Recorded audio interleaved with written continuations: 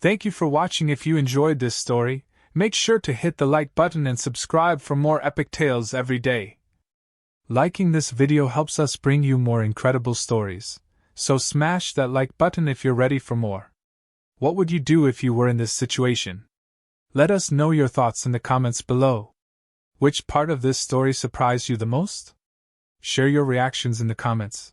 I love reading what you think. If you could add one twist to this story, what would it be? Let's get creative in the comments. What do you think happens next in the human versus alien saga? Let's discuss your theories below.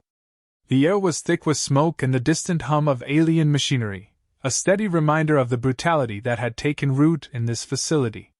The human soldier moved with calculated precision, slipping through the shadows cast by towering structures and neon lights that flickered ominously in the cold, sterile environment. His pulse thrummed in his ears, but his breathing remained steady. Every step was deliberate, every decision calculated, refined by years of combat experience. He wasn't here to fight for glory. This was a rescue mission, and those women needed him. Up ahead, he could see the slaver guards. They were towering, brutish figures, their alien forms draped in the coarse fabric of their battle-worn uniforms. The way they treated their captives, shoving them about, yelling in guttural tones, sparked a wave of fury in the soldier's chest, but he suppressed it. Now wasn't the time for anger. Now was the time for action. He moved quickly, efficiently, cutting down the slavers one by one with swift, silent precision. His rifle was an extension of his body, his knife even more so. When one guard strayed too far from his post, the soldier closed the distance in the blink of an eye, his blade slipping between the alien's ribs with deadly accuracy. A gurgle of surprise, a twitch, and the slaver was no more.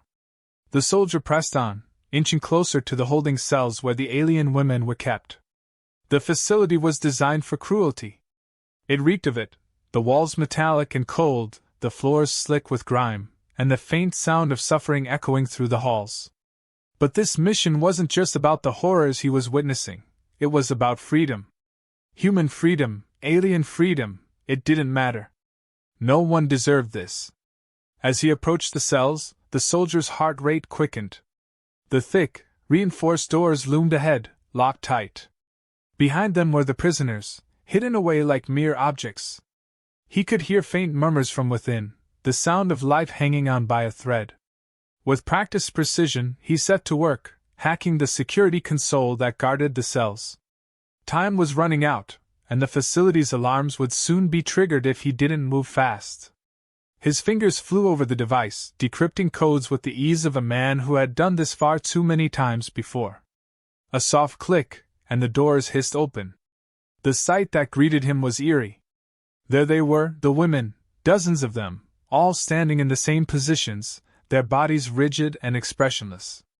Their pale skin almost shimmered under the dim light, and their large, black eyes stared blankly ahead, as though they hadn't even registered that the door had opened. He frowned. This wasn't the reaction he had expected. No cries of joy, no rush of relief. They just stood there, eerily quiet, as though nothing had changed. Shaking off the unease gnawing at him, the soldier stepped forward. "You're free," he said, his voice gruff but gentle. "I've come to get you out." One of the women, perhaps their leader, or just the one closest to him, turned her head toward him, her gaze lingering on his face for a moment too long. Her expression was blank, devoid of anything resembling emotion. She didn't speak. None of them did. He suppressed a shiver. "Come on," he said, more firmly this time, gesturing for them to follow. "It's not safe here." The women, as if responding to an unspoken command, began to move in unison. Their steps were synchronized, their movements smooth but unnatural, as though their bodies were programmed to follow instructions, and nothing more. He watched them carefully as they filed out of the cell, their faces never changing. It was unnerving. The soldier led them through the corridors, his weapon at the ready. He had expected to feel relief by now, knowing the mission was nearly complete. Instead, a creeping sense of unease settled over him. He had freed them, hadn't he? Why did it feel like nothing had changed? The facility's alarm system, once dormant, finally screamed to life. Red lights flashed, casting an ominous glow on the walls, and the distant sounds of rushing footsteps echoed through the halls. They needed to move faster. "Stay close," he ordered, moving swiftly down a side corridor that led to the extraction point. He kept his eyes on the path ahead, but every now and then, he would glance back at the women. They followed him dutifully, their expressions still blank, their footsteps unnervingly silent. It was as if they weren't reacting at all to their newfound freedom, or to the danger around them. His instincts screamed that something was wrong. One of the women, the same one who had turned to him in the cell, caught his eye again. This time, her gaze lingered, studying him. He could feel the weight of her stare, and for a brief moment, he thought he saw something flicker behind her dark eyes. Something cold. Calculating. He shook it off. These women had been through hell. He couldn't expect them to snap back to normal immediately. Trauma did strange things to people. Still, it gnawed at him, the way they moved together so perfectly, the way they never spoke, the way their faces never betrayed any hint of relief or emotion. They reached the outer perimeter, and the soldier quickly disarmed the last set of security measures. The way ahead was clear, a harsh, desolate landscape stretching out into the night. The extraction point wasn't far, and once they reached it, they would be safe. He couldn't help but feel a strange sense of accomplishment. He had done it. He had freed them. But as the group began their trek through the barren landscape, the soldiers' unease only grew. The women moved in perfect synchronization, their eyes fixed straight ahead. They didn't flinch at the gusts of cold wind or the rough terrain beneath their feet. They didn't speak to one another, didn't whisper or murmur, didn't do anything that would suggest they were truly free. The soldier clenched his jaw, pushing down the growing discomfort in his gut. Maybe this was just how their species reacted to trauma. Maybe they were still in shock, still processing their freedom. That had to be it. But even as he told himself this, he couldn't shake the feeling that something was off. The women followed him, their blank stares fixed on the horizon, their movements still too precise, too uniform. It was as if they were waiting for something. Or someone. And that thought, more than anything else, made his skin crawl. He glanced back at them again, his gaze sweeping over their identical faces. The same woman, the one who had studied him earlier, was watching him. Her expression hadn't changed, but there was something in her eyes. Something that sent a chill down his spine. The soldier turned away, focusing on the path ahead. He had a job to do, and he would see it through. Whatever strange behavior these women were exhibiting, he would deal with it later. For now, survival was all that mattered. But as they continued their silent march through the desolate landscape, he couldn't shake the feeling that he had just walked them out of one cage, only to lead them into another. "You okay?" he asked, his voice sounding strange against the silence. No response. Not even a flicker of acknowledgement. He tried again. "I know it's been rough. But you're safe now. You're free." Still nothing. He glanced back at the rest of the group, all of them following in a neat line, their blank faces identical. It was like walking with ghosts. He wanted to hear something, anything, just a word to break the silence. "What's your name?" he asked, more softly this time. The woman turned her head slightly toward him, but her expression didn't change. "Name," she repeated, her voice flat and devoid of life. It wasn't a question. Just a word, echoed back to him like a broken machine. She turned away just as quickly, her eyes locking forward again. The soldier felt a chill creep up his spine. "Yeah, a name," he pressed, though the response made his stomach twist. "You got one?" "Name," she said again, this time quieter. Then nothing. She fell silent once more, continuing to walk as if he hadn't spoken at all. The others marched on just as mechanically, never breaking formation. No one seemed interested in answering him. He stopped asking after that. Talking to them felt like talking to walls. He tried to shake off the unease gnawing at him. These women had been through hell. It made sense that they wouldn't be chatty or open right away, but something felt wrong. He'd seen trauma before, faced it himself, but this was different. It wasn't shock. It was something else. Hours passed in silence, the barren landscape offering no distractions, no respite from the stillness that pressed down on him. He found himself speaking more just to fill the empty space. Stories of old battles, comrades lost, reasons for fighting. He didn't know why he was telling them all this. Maybe to remind himself why he was out here, why he did what he did. But they didn't react. They didn't care. You know, he said after a while, more to himself than anyone else. Back in my unit, we had this saying. Freedom's not just something you take. It's something you live. You feel it in your bones. He glanced over at them again, expecting, hoping for some reaction. Nothing. I'm sure you'll get that feeling soon, he muttered, unsure if he believed it. Their silence weighed on him more heavily than he expected. As they moved deeper into the wilderness, his mind kept circling back to the same questions. Why were they all identical? Was it genetic engineering? A coincidence? The slavers hadn't just picked them out randomly. They had been held for a reason, but what? And why weren't they celebrating their freedom? Why weren't they fighting for it? That night, when they finally stopped to rest, the soldier took a few moments to observe them carefully. The women stood eerily still, like statues. They didn't sit, didn't eat, didn't do anything. They just waited. Eyes open, bodies motionless, as if they were waiting for a command. He paced around their makeshift camp, glancing at them every now and then, hoping one of them would move or say something, but they didn't. They were just there. They didn't act like people who'd been freed. They acted like they were still prisoners, and that thought gnawed at him, making him restless. He lay down to rest himself, but found it difficult to sleep. Every time he closed his eyes, he could feel their presence, like they were watching him, even when they weren't. The next day, as they continued their journey, things only got stranger. At one point, they were ambushed by a small group of scavengers, desperate and hostile. The soldier moved quickly, his instincts kicking in, weapons ready.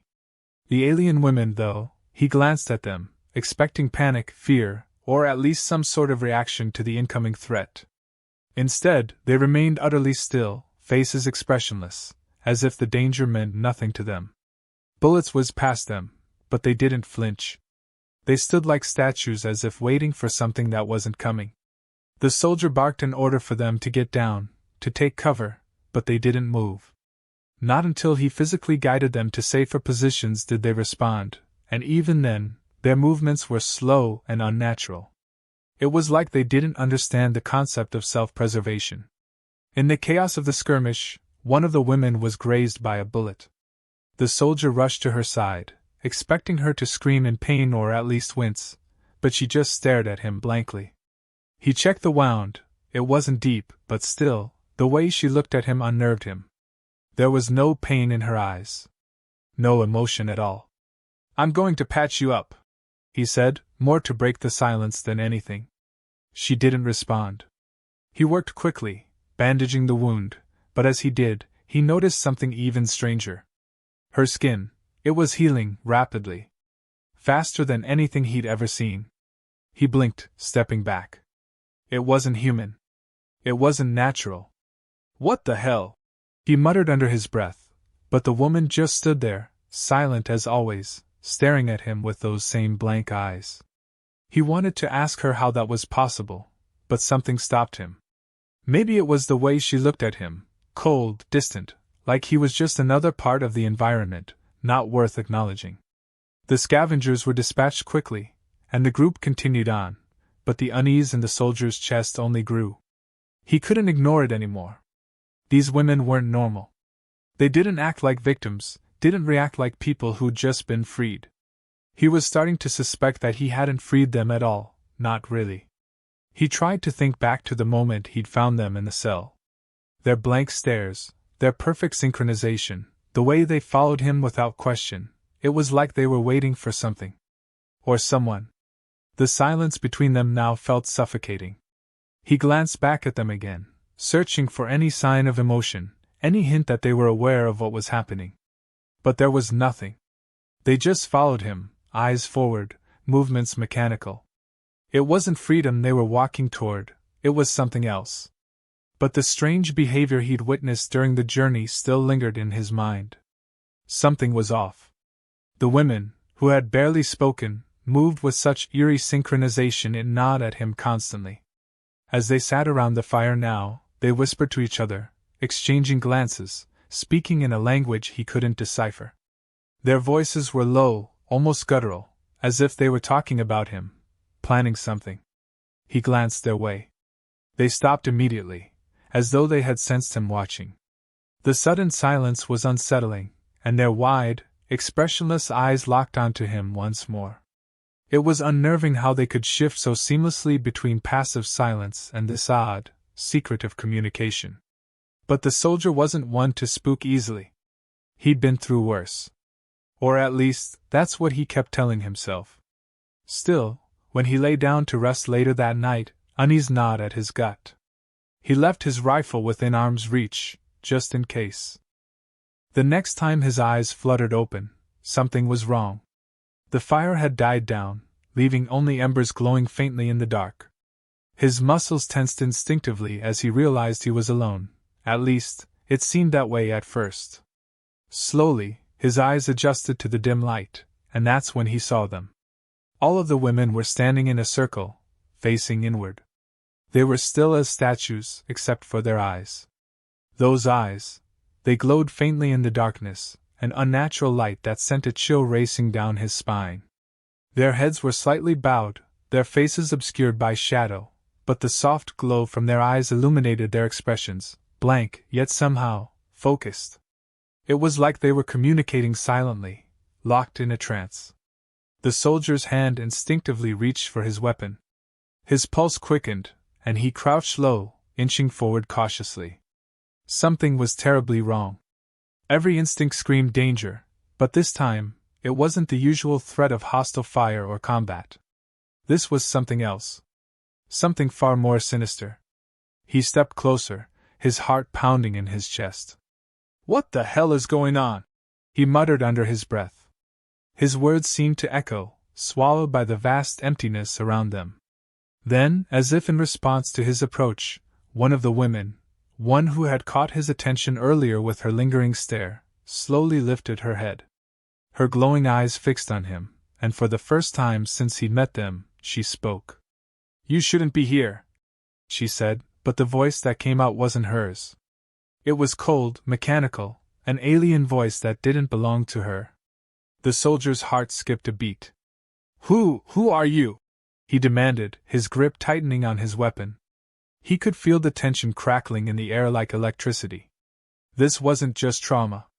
This wasn't shock. Something far worse was at play here. The woman's lips moved again, though her face remained eerily calm. "We are not what you think we are," the voice said, dispassionate and detached. "Our bodies were freed, yes. But our minds were never ours."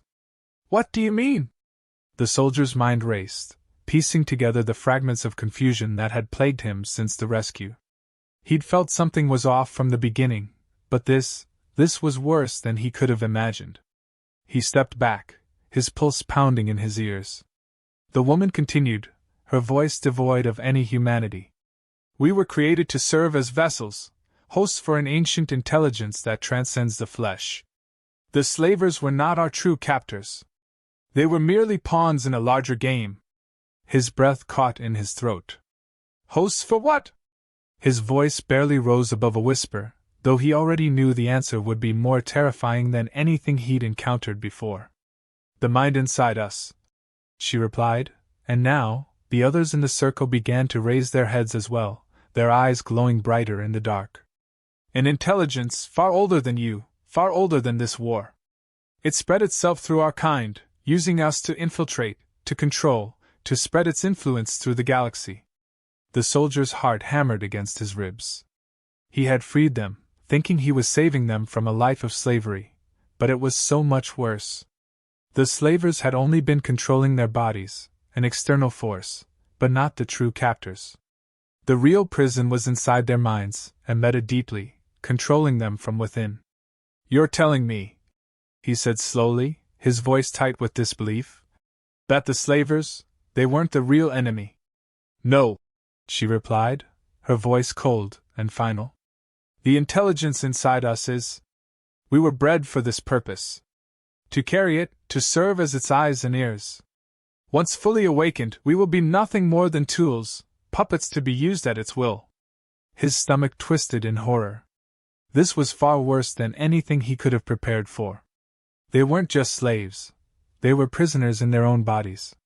He had freed them from one form of captivity, but their minds were still shackled to an unseen force far more powerful, far more dangerous. What does it want? He asked, his voice quieter now, laced with dread. To spread, the alien woman said simply. To infiltrate. To control. It uses us to plant itself in other systems, turning us into living weapons, carriers of its will. Soon, we will no longer have any say in what we do, in who we are. We will become its hands, its voice. No, he growled, shaking his head, refusing to accept this. I didn't risk my life to see you fall into something worse. I'm not letting this thing control you. It's too late, the alien voice replied. The process is already underway. Soon, we will belong to it completely. There is no escape. No, he repeated, louder this time, anger and desperation rising within him. There has to be a way. There's always a way. He wouldn't let this happen. He couldn't. As if in response to his defiance, one of the women, separate from the others, took a shaky step forward. Her face, for the first time, showed signs of struggle, her brow furrowed in pain. Help us, she whispered, her voice no longer robotic, but filled with desperation. Please! The soldier's chest tightened. She was still in there, whoever she was. They all were, somewhere deep inside. What can I do? He asked urgently, taking a step toward her.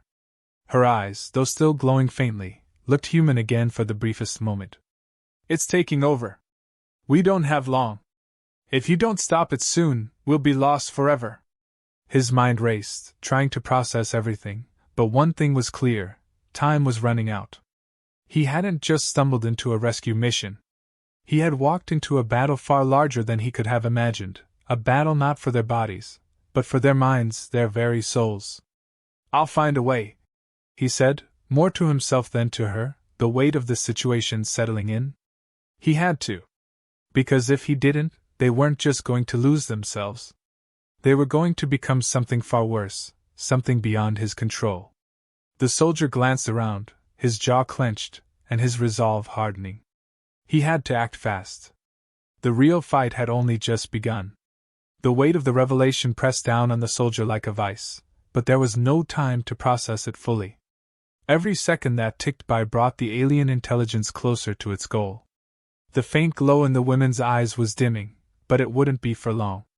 If he didn't act now, the intelligence would tighten its grip, and they'd be lost, forever. His mind raced. He needed a way to sever the connection, to disrupt whatever neural link the intelligence was using to control them. His military tech wasn't designed for this, but he had to improvise. He quickly rummaged through his gear, fingers moving with the precision of a man who had been through countless battles. His eyes landed on the EMP disruptor. It was small, portable, designed to disable enemy electronics in a limited range. Maybe, just maybe, it could scramble the neural frequencies the intelligence was using. As he began to tinker with the disruptor, adjusting the frequency, he heard a sound behind him. A soft, unified rustle, like leaves in the wind. He turned sharply, his pulse quickening. The women had begun to move, slowly at first, but with increasing speed. They stepped forward, their faces still expressionless, but their movements had taken on a mechanical precision that sent a chill through him. The alien intelligence was pushing harder now, and it was trying to use them against him. The women advanced in unison, their pace quickening with each step.